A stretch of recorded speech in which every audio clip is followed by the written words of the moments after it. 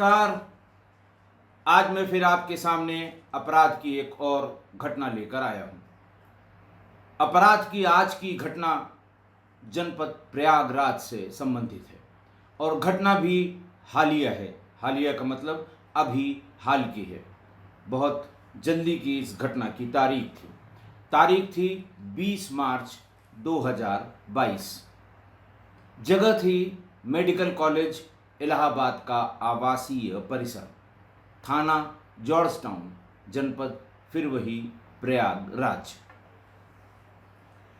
सुबह करीब 10 साढ़े 10 बजे सुरेंद्र उर्फ गोलू नाम के एक व्यक्ति ने 112 कंट्रोल रूम पर यह फोन किया कि वो अपने मित्र के पास आया हुआ है मेडिकल कॉलेज परिसर में और वहाँ पर उसके कमरे में उसकी लाश पड़ी हुई है।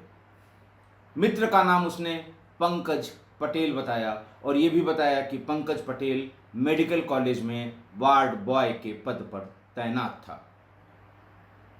मेडिकल कॉलेज कैंपस में हुई इस घटना की गंभीरता को समझ के फौरन 112 की जो पुलिस रिस्पांस व्हीकल होती है, पीआरवी व्हीकल कहते हैं, ये तुरंत पहुंच गई। पहुंच के उसने घटनास्थल देखा और तुरंत थानाध्यक्ष या प्रभारी जॉर्ज टाउन को सूचना दी कि सर ये हत्या हुई है और गले को काटा गया है, ब्लड बहुत पड़ा हुआ है, सभी यूनिट्स को बता दिया जाए और आप भी तत्काल मौके पर पहुंच जाएं। आवासीय कॉलोनी के बहुत ढेर सारे लोग बाहर भीड़ लगाए खड़े हैं। थानाध्यक्ष जॉर्ज टाउन भी गिरते पड़ते पहुंच गए। देखा उन्होंने कि वार्ड बॉय पंकज पटेल की बॉडी वहाँ पर पड़ी हुई है। उन्होंने कंट्रोल रूम को बताया, सारी यूनिट्स को, फिंगरप्रिंट वाली forensic unit, dog squad, crime branch, surveillance cell, सबको एक एक करके सूचना दी गई। जब ये सूचना वायरलेस सेट पर तैर रही थी, तत्काल वहाँ पर सीओ कर्नलगंज और एसपी सिटी दिनेश कुमार सिंह भी पहुँच गए। दिनेश कुमार सिंह बहुत अच्छे अधिकारी हैं, क्राइम के प्रति उनकी संवेदना है और अच्छे इन्वेस्टिगेटर भी हैं। वहाँ पहुंचकर सबसे पहले उन लोगों ने घटनास्थल का मुआयना किया। घटनास्थल पर जो डॉग स्क्वाड गया था वो इधर उधर घूम घाम कर चला गया। वहाँ पर शराब की खाली बोतलें, कई गिलास और शराब के साथ जो कंपोनेंट लोग खाते हैं वो बहुत ढेर सारा इधर उधर बिखरा हुआ था। फिंगरप्रिंट वालों ने देखा कि शराब की यूज्ड गिलास पर बहुत ढेर सारे फिंगरप्रिंट मौजूद हैं, बोतलों में भी फिंगरप्रिंट मौजूद हैं। सारे फिंगरप्रिंट लिफ्ट किए गए। मौके को देख के ये लग रहा था कि ये घटना कम से कम 2-3 दिन पुरानी है, क्योंकि ब्लड जमकर ब्लैक यानी काला हो गया था। डार्क हो जाता है, बहुत डार्क, और देखने में काला जैसा लगने लगा था। दूसरा, कुछ दुर्गंध बॉडी से आना शुरू हो गई थी। तीसरा, शरीर में रिगर मॉर्टिस यानी अकड़न जो होती है, जो जिस स्थान पे जो अंग था फिर उसको वहाँ से खिसकाया, टेढ़ा या ढीला नहीं किया जा सकता था। इसी से अंदाज़ा लगाया गया कि ये हत्या थोड़ी पुरानी है, घटना पहले की है। सूचना देने वाले सुरेंद्र उर्फ गोलू से पूछा गया कि वो यहाँ कैसे आया, उसको कैसे पता लगा। गोलू ने बताया कि 17 तारीख को, जो जिस दिन होली जलाने वाली होली थी, उस दिन मैं और पंकज दोनों पंकज के ससुराल गए थे। फाफामऊ में इसकी ससुराल है और इसकी पत्नी का नाम कुसुम है। कुसुम की भी उम्र 30-32 साल है। वहाँ हम लोग रात भर रुके। अगले दिन हम लोग वापस आ गए 18 तारीख को। 18 तारीख की रात से कुसुम ने इसको फ़ोन करना शुरू किया, लेकिन चूंकि ये शराब पीने का आदी था, कुसुम जानती थी कि आज होली का दिन है, इसने शराब पी ली होगी, इसलिए उसने फ़ोन करना बंद कर दिया। 19 तारीख को सुबह से ही उसने फ़ोन करना शुरू किया। और पूरा दिन फ़ोन नहीं उठा, रात में भी फ़ोन नहीं उठा। सवेरे जब फिर मिलाया कुसुम ने फ़ोन तो फ़ोन का जो मोड था वो स्विच ऑफ निकला। तब उसने गोलू को फ़ोन किया कि क्या बात है, क्या ज़्यादा पी ली है? पूरी दिन पूरी रात हमने फ़ोन किया लेकिन फ़ोन उठा नहीं। गोलू ने कहा नहीं, ऐसा नहीं होना चाहिए, मैं अभी घर पर जाकर देख लेता हूँ क्या बात है। और तब मैं यहाँ पर आया, मैंने दरवाज़ा खोला तो ये मंजर देखा, मैं डर गया। मैंने 112 को सूचना दे दी। सूचना देने पर फिर पुलिस आई और फिर इस तरह की बात हुई। ये सारी बात उसके दोस्त सुरेंद्र उर्फ गोलू ने बताई। इस बीच पोस्टमार्टम रिपोर्ट भी आ गई। मेडिकल कॉलेज का कर्मचारी था। पोस्टमार्टम रिपोर्ट पहले नंबर पर लग के और पोस्टमार्टम हुआ, पोस्टमार्टम रिपोर्ट भी आ गई। Cause of death due to shock and haemorrhage as a result of antemortem injuries cause by hard and blunt objects. चापड़, फरसे या बहुत तेज धारदार हंसिए से उसका गला और पैर काटा गया था। गला लगभग धड़ से अलग हो गया था। पूरा परिवार रो रहा था, पीट रहा था, बिलख रहा था। पुलिस ने वही ट्रेडिशनल जो जर जोरू और जमीन की बातें होती हैं उसकी इन्वेस्टिगेशन शुरू की। पुलिस को यह पता लगा कि मूल रूप से नवाबगंज का रहने वाला ये व्यक्ति पंकज पटेल, इसके पिता रामराज पटेल मेडिकल कॉलेज में ही लिपिक थे और 1998 में ठीक इसी तरह अपने पैतृक आवास अल्लाहपुर में उनकी हत्या हुई थी।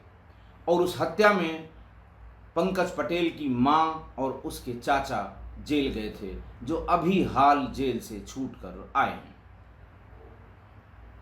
लेकिन इसमें पंकज पटेल से कोई लेना देना नहीं था। पंकज पटेल को रामराज पटेल की मृत्यु के बाद उनकी जगह पर मृतक आश्रित कोटे में नौकरी मिल गई और वो वार्ड बॉय के हैसियत से मेडिकल कॉलेज में नौकरी करने लगा। लेकिन ये सही थी कि ये बात सही सभी लोगों ने बताई कि बहुत ज़्यादा शराब पीता था। दोस्तों के साथ शराब पीने की आदत थी, अनाप शनाप खर्चा करने की आदत थी और इसी वजह से उसने अपना वो पैतृक मकान जिसमें उसके पिता की हत्या हुई थी अल्लाहपुर में 30 लाख रुपए में बेच दिया था। 30 लाख रुपए में से थोड़े से पैसे में एक उसने प्लॉट नैनी में खरीद लिया था और बाकी का बचा हुआ पैसा इसी तरह कुछ तो उधार चुकाने में, जो शराब पीने के लिए अलग अलग लोगों से लिया गया था वो उधार चुका दिया, बाकी पैसा वो अनाप शनाप इधर उधर उड़ाता रहा। संपत्ति के बारे में किसी प्रकार की कोई रंजिश का पता नहीं लगा। पुलिस ने इसके पूरे परिवार से जांच पड़ताल की, बहुत ही डिटेल्ड इंटरोगेशन की गई, लेकिन किसी भी ऐसी बात का पता नहीं लगा जिसमें ज़मीन से किसी रंजिश, ज़मीन की वजह से किसी रंजिश का होना पाया गया हो। लिहाजा ज़मीन से जुड़े हुए मसलों के कारण हुई हत्या के बारे में जो शक था पुलिस को, उसका कोई आधार समझ में नहीं आया। घटनास्थल देख के ये जरूर लगता था कि है कोई बहुत करीबी और एक नहीं कई लोगों ने मिलके एक साथ यहाँ शराब पी है, उसके बाद हत्या की है। पुलिस ने सर्विलांस का काम भी शुरू किया। मृतक का नंबर, मृतक के सबसे नज़दीकी मित्र सुरेंद्र उर्फ गोलू का नंबर, मृतक की पत्नी का नंबर,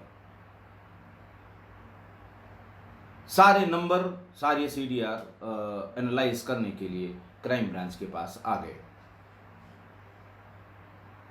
ये पता लगा कि 18 को भी, 19 को भी और 20 को भी मृतक की पत्नी कुसुम से उसके मित्र सुरेंद्र उर्फ गोलू की बार बार बात हुई है। जबकि मौके पर जब एसपी सिटी ने, एसएसपी ने और बाकी लोगों ने जब बात की थी मृतक की पत्नी कुसुम से, तो उसने ये बताया था कि जब सुबह भी मृतक का फ़ोन, पंकज पटेल का फ़ोन नहीं उठा, तब उसने बात की थी गोलू से वहाँ जाकर देखने की। तुरंत फॉलो किया गया, क्राइम ब्रांच के लोगों ने सुरेंद्र उर्फ गोलू को फॉलो किया। क्राइम ब्रांच ने यह भी बताया कि 17 को ये साथ ही साथ थे, ये खुद बता रहे हैं। 18 को साथ वापस आए, ये भी खुद बता रहे हैं। लेकिन 18 की रात मृतक और सुरेंद्र उर्फ गोलू एक ही साथ थे, एक ही आईडी पर इनकी लोकेशन आ रही थी। 2 और लोगों से इन लोगों की बातचीत हो रही थी, जिनका नाम था कैंट का अजीत कुमार और कटरा का विशाल भारती। 2 दिन तक पूरे सीडीआर के एनालिसिस के बाद कुसुम, गोलू, विशाल और अजीत चारों को थाने पर लाया गया। चारों से अलग अलग पूछताछ की गई, अच्छी वाली पूछताछ। ऐसे कौन बताता है कि उसने क्या किया है। तब पूरी बात समझ में आ गई कि दरअसल हुआ क्या था। पत्नी कुसुम ने बताया कि पंकज की शराब पीने की और अय्याशी की बहुत खराब आदत थी। इस बात को लेकर उनका झगड़ा हुआ करता था। फाफामऊ की रहने वाली कुसुम ने बताया कि बड़े घर वालों ने बड़े उम्मीद से या बड़ा अच्छे से उसकी शादी की थी, और फिर जब शराब पीने की आदत का पता लगा तो ये हुआ चलो लड़के बच्चे हो जाएंगे, ये आदत भी सुधर जाएगी। 2 बच्चियां हुई, बड़ी बच्ची 5 साल की और दूसरी बच्ची 1 साल की। लेकिन पंकज की आदत में कोई सुधार नहीं हुआ। इस बीच जब उधार ज़्यादा हो गया तो उसने अपना पैतृक मकान जो अल्लाहपुर में था उसको बेच दिया। उसके 30 लाख रुपए मिले। कुसुम के घर वाले यानी कुसुम के मायके वालों ने और पंकज के भी घर वालों ने कोशिश की कि इस पैसे को बैंक में जमा करा दिया जाए, फिक्स करा दिया जाए, नहीं तो पंकज इन पैसों को भी उड़ा देगा। बहुत घेर घार के बाद उसने नैनी में एक ज़मीन खरीदी, एक छोटा सा मकान बनवाया। माँ उसकी जब छूट कर आ गई जेल से तो माँ को नैनी के उसी मकान में भेज दिया, और बाकी का पैसा फिर वो दोस्तों के साथ अय्याशी और शराब में उड़ाने लगा। इसी बीच शराब के नशे में जनवरी में पंकज का एक्सीडेंट हो गया। मेडिकल कॉलेज में भर्ती हुआ। पैसा था उसके पास, पैसे की कमी नहीं थी, लेकिन वो पैसा निकाल कर अपनी पत्नी को इलाज के लिए ही देना नहीं चाह रहा था। गोलू पंकज का दोस्त था। ऐसे में गोलू ने बहुत मदद की, रुपए से, पैसे से, आने जाने, गाड़ी घोड़े सबसे मदद उसने कुसुम की ताकि उसकी हालत में सुधार हो जाए और फिर नौकरी वो ज्वाइन करके उसकी भी ज़िंदगी पटरी पर आ जाए। लेकिन इसी मदद के बीच में गोलू और कुसुम के बीच संबंध हो गए, और इस संबंध की जानकारी पंकज पटेल को भी हो गई। जिस तरह से बार बार घर से जाना, और फिर गोलू कभी इसको लेके आता था, कभी गोलू सब्जी लेने जाता था, कभी इस तरह की बात, इस बात को लेकर भी पति पत्नी में बहुत तनाव हो गया। होली के दिन होली खेलने की गरज से कुसुम से गोलू ने पंकज को तैयार किया कि होली है, भाभी जी अपने मायके में हैं और तुमको चलना चाहिए। दोनों वहाँ गए, रात में रुके। दिन में गोलू ने कुसुम के साथ ठीक से होली खेली और मृतक पंकज पटेल ने शराब पी ली। शाम के समय दोनों यहाँ पर आ गए वापस अपने क्वार्टर्स पे।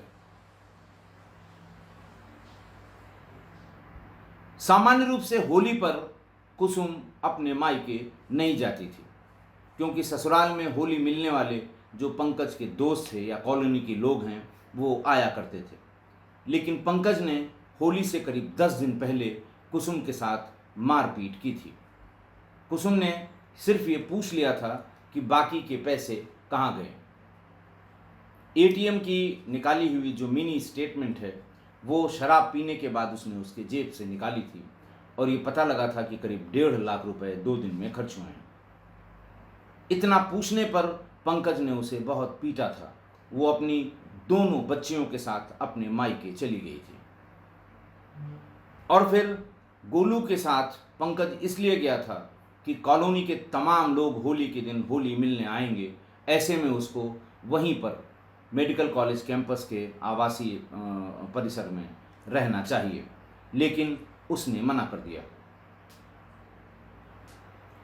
जब वो बच्चियों को लेकर अपने मायके चली गई थी, पीछे पीछे गोलू भी गया था।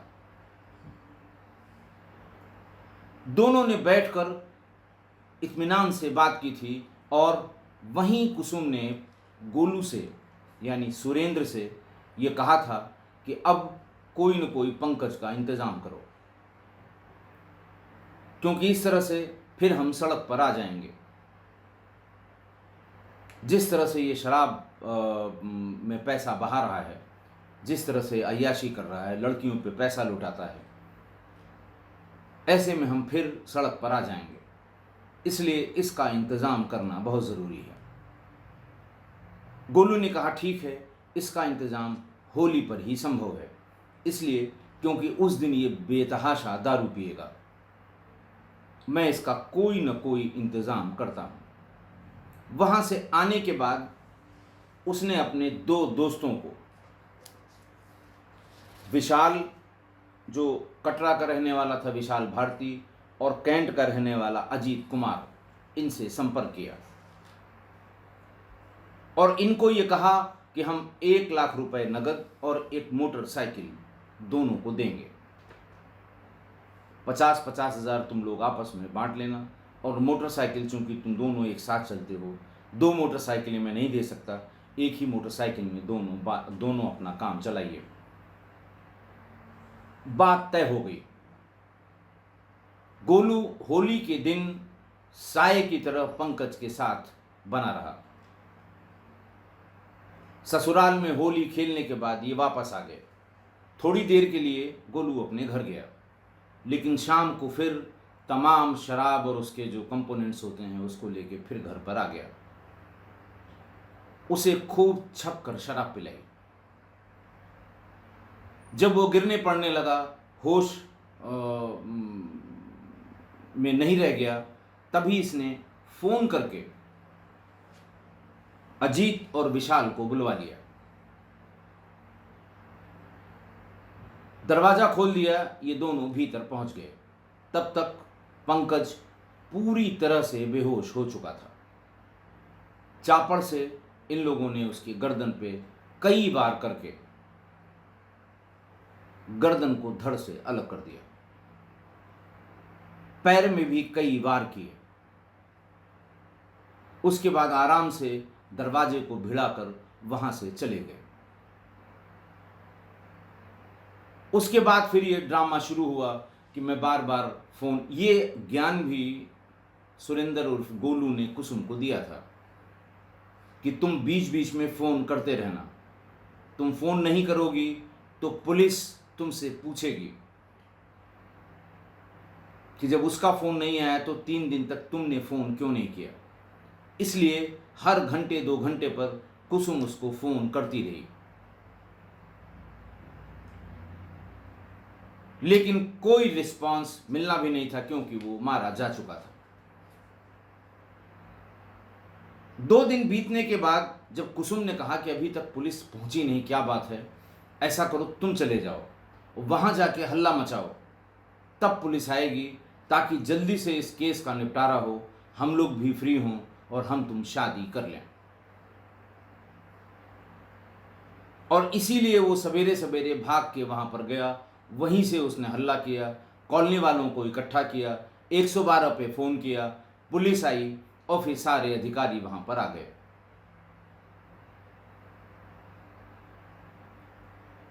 इलेक्ट्रॉनिक एविडेंस इतने अच्छे और चापड़ की बरामदगी पुलिस ने कर ली। जॉर्ज टाउन की पुलिस ने चौथे दिन इस पूरे ब्लाइंड मर्डर का, पूरे हत्याकांड का खुलासा कर दिया। 24 मार्च को, 20 मार्च को डेड बॉडी मिली थी और 24 मार्च को गोलू, कुसुम, अजीत और विशाल, इन चारों को पुलिस ने अरेस्ट करके जेल भेज दिया।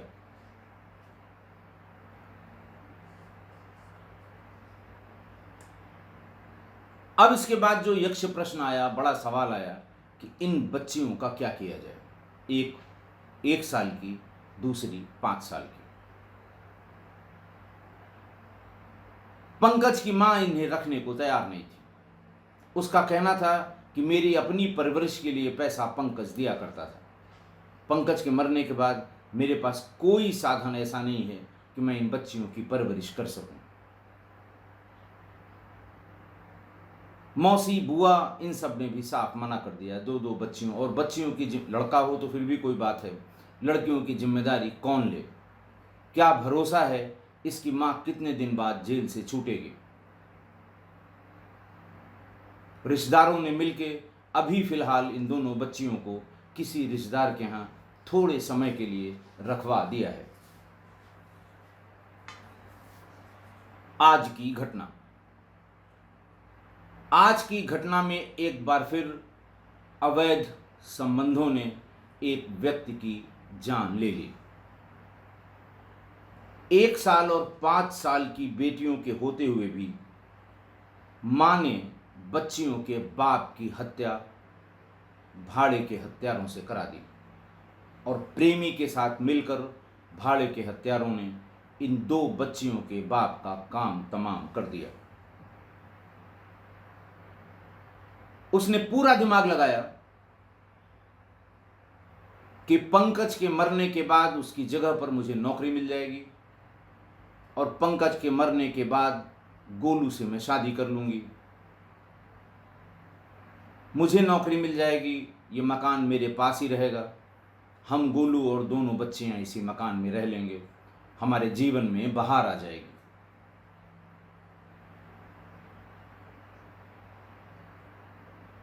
लेकिन अगर अदरवाइज हुआ, यानी अगर वो पकड़ी गई, तो इन 2 बच्चियों का क्या होगा? इस पे जरा सा भी ध्यान कुसुम ने नहीं दिया। मां के नाते उसे इस पर ध्यान जरूर देना चाहिए था और ऐसा नहीं था कि वो इन सारी बातों से अनजान थी, लेकिन ज़्यादा चालाकी, ज़्यादा भावावेश, ज़्यादा गुस्सा या ज़्यादा महत्वाकांक्षा में उठाए गए ऐसे कदम हमेशा बर्बादी के रास्ते पर ले जाते हैं। ये हमेशा घातक होते हैं और परिवार के विनाश का कारण बनते हैं। मैं इसलिए कह रहा हूँ कि ये अचानक नहीं हुआ या ये भावावेश में नहीं हुआ, गुस्से में नहीं हुआ, क्योंकि कुसुम को पता था कि उसके ससुर रामराज की भी हत्या इसी तरह घर के भीतर चापड़ से गला काट कर हुई थी। और उसको ये भी पता था कि चूंकि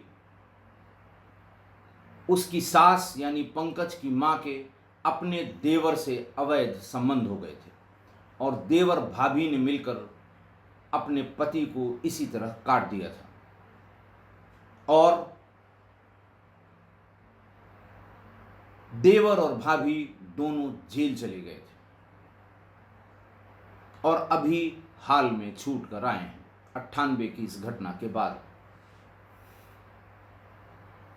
तो ऐसा नहीं है कि उसे पता नहीं था कि अदरवाइज, यानी पता लगने पर, अब किन परिस्थितियों में ये जांच हुई थी, किन परिस्थितियों में उनका पता लगा था, क्या चालाकी उन लोगों ने की थी कि वो पकड़े न जाएं या उन पर शक न हो, लेकिन फिर भी पकड़े गए। ये सारी बातें कुसुम को पता थी, पंकज को भी पता थी, लेकिन पंकज को अपने पिता की जगह मृतक आश्रित में नौकरी मिल गई, इसलिए उसे आगे या पीछे का कुछ सोचना नहीं था। और कुसुम को ये सारी बातें पता होते हुए भी उसने ये कैसे सोच लिया कि हम मरवा भी देंगे, बच भी जाएंगे, प्रेमी से शादी भी कर लेंगे, इसी मकान में रह लेंगे, नौकरी कर लेंगे तो पैसा मिलने लगेगा, बच्चों की परवरिश भी कर लेंगे।